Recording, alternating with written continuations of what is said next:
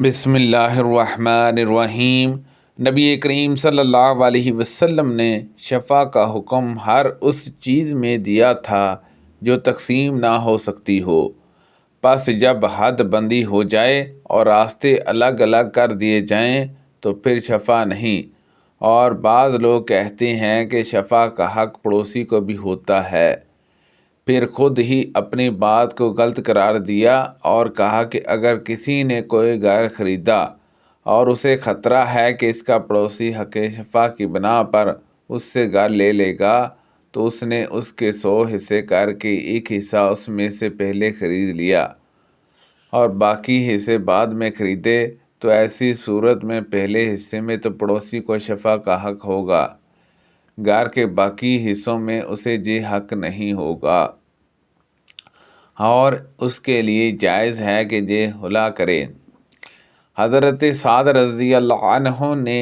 ایک گھر کی 400 مشکال قیمت لگائی، تو انہوں نے کہا کہ اگر میں نے رسول اللہ صلی اللہ علیہ وسلم کو یہ کہتے نہ سنا ہوتا کہ پڑوسی اپنے پڑوس کا زیادہ مستحق ہے تو میں اسے تمہیں نہ دیتا۔ اور بعض لوگ کہتے ہیں کہ اگر کسی نے کسی گھر کا حصہ خریدا اور چاہا کہ اس کا حق شفا باطل کر دے تو اسے اس گھر کو اپنے چھوٹے بھائی کو حب کر دینا چاہیے، اب نابالغ پر قسم بھی نہیں ہوگی۔ رسول اللہ صلی اللہ علیہ وسلم نے ایک شخص کو بنی سلیم کے صدقات کی وصولی کے لیے عامل بنایا، ان کا نام ابن الطباح تھا۔ پھر جب یہ عامل واپس آیا اور ان حضرت صلی اللہ علیہ وسلم نے ان کا حساب لیا، اس نے سرکاری مال علیحدہ کیا اور کچھ مال کی نسبت کہنے لگا کہ یہ مجھے تحفے میں ملا ہے۔ ان حضرت صلی اللہ علیہ وسلم نے اس پر فرمایا، پھر کیوں نہ تم اپنے ماں باپ کے گھر بیٹھے رہے، اگر تم سچے ہو تو وہیں یہ تحفہ تمہارے پاس آ جاتا۔ اس کے بعد ان حضرت صلی اللہ علیہ وسلم نے ہمیں خطبہ دیا اور اللہ کی حمد و ثنا کے بعد فرمایا، اما بعد، میں تم میں کسی ایک کو اس کے کام پر عمل بناتا ہوں جس کا اللہ نے مجھے ولی بنایا ہے۔ پھر وہ شخص آتا اور کہتا ہے کہ یہ تمہارا مال اور یہ تحفہ ہے جو مجھے دیا گیا تھا، اسے اپنے ماں باپ کے گھر بیٹھا رہنا چاہیے تھا تاکہ اس کا تحفہ وہیں پہنچ جاتا۔ اللہ کی قسم، تم میں سے جو بھی حق کے سوا کوئی چیز لے گا وہ اللہ تعالیٰ سے اس حال میں ملے گا کہ اس چیز کو اٹھائے ہوئے ہوگا۔ میں تم میں ہر اس شخص کو پہچان لوں گا جو اللہ سے اس حال میں ملے گا کہ اونٹ اٹھائے ہوگا جو بلبلا رہا ہوگا، یا گائے اٹھائے ہوگا جو اپنی آواز نکار رہی ہوگی، یا بکری اٹھائے ہوگا جو اپنی آواز نکار رہی ہوگی۔ پھر آپ نے اپنا ہاتھ اٹھایا جہاں تک کہ آپ کے بغل کی سفیدی دکھائی دینے لگی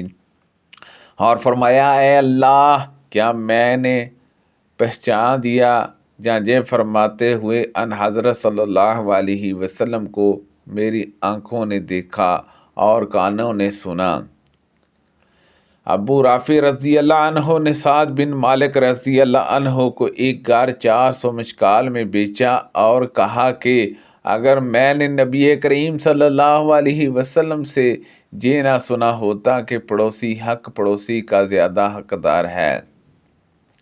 تو میں نے آپ کو یہ گھر نہ دیتا اور کسی کے ہاتھ میں ڈالتا۔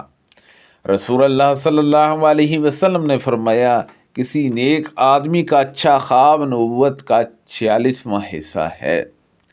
نبی کریم صلی اللہ علیہ وسلم نے فرمایا، اچھے خواب اللہ کی طرف سے ہوتے ہیں اور برے خواب شیطان کی طرف سے ہیں۔ انہوں نے رسول اللہ صلی اللہ علیہ وسلم کو یہ فرماتے ہوئے سنا کہ جب تم میں کوئی ایسا خواب دیکھے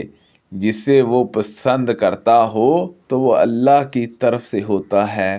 اس پر اللہ کی حمد کرے اور اسے بتا دینا چاہیے لیکن اگر کوئی اس کے سوا کوئی ایسا خواب دیکھتا ہے جو اسے ناپسند ہے تو یہ شیطان کی طرف سے ہوتا ہے، پس اس کی شر سے پناہ مانگے اور کسی سے ایسا خواب کا ذکر نہ کرے،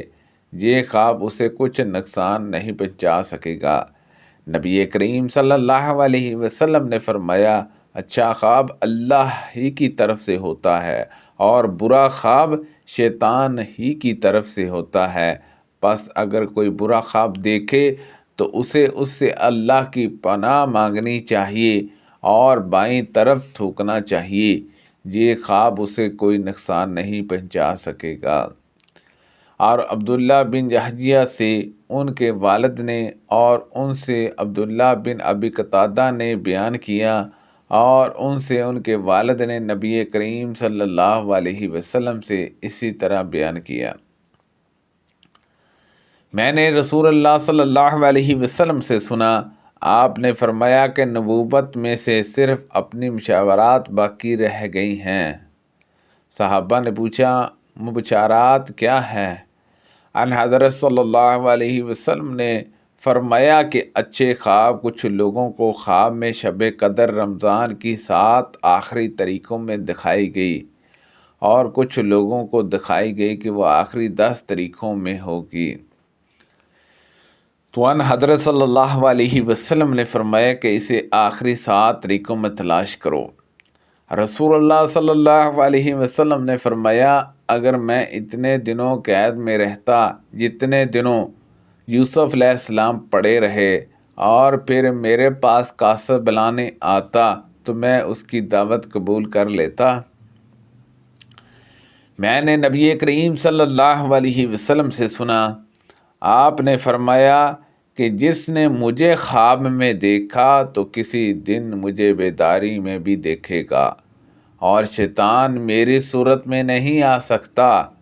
ابو عبداللہ حضرت امام بخاری رحمۃ اللہ علیہ نے کہا کہ ابن سیرین نے بیان کیا کہ جب ان حضرت صلی اللہ علیہ وسلم کو کوئی شخص آپ کی صورت میں دیکھے، نبی کریم صلی اللہ علیہ وسلم نے فرمایا، جس نے مجھے خواب میں دیکھا تو اس نے واقعی دیکھا، کیونکہ شیطان میری صورت میں نہیں آ سکتا، اور مومن کا خواب نبوت کے 46 حصوں میں سے ایک جزو ہوتا ہے۔ نبی کریم صلی اللہ علیہ وسلم نے فرمایا، صالح خواب اللہ کی طرف سے ہوتے ہیں اور برے خواب شیطان کی طرف سے،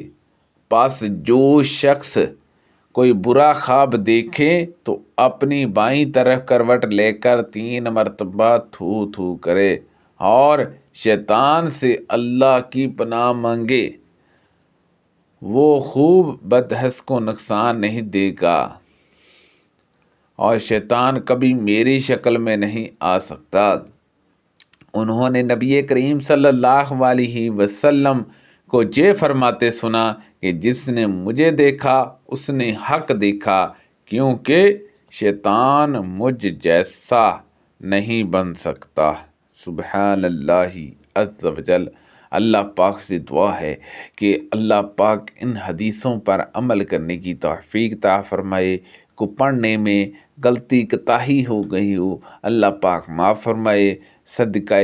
جاریہ سے زیادہ لوگوں تک شیئر کیجئے۔ آمین بجاہ النبی الامین صلی اللہ علیہ وسلم۔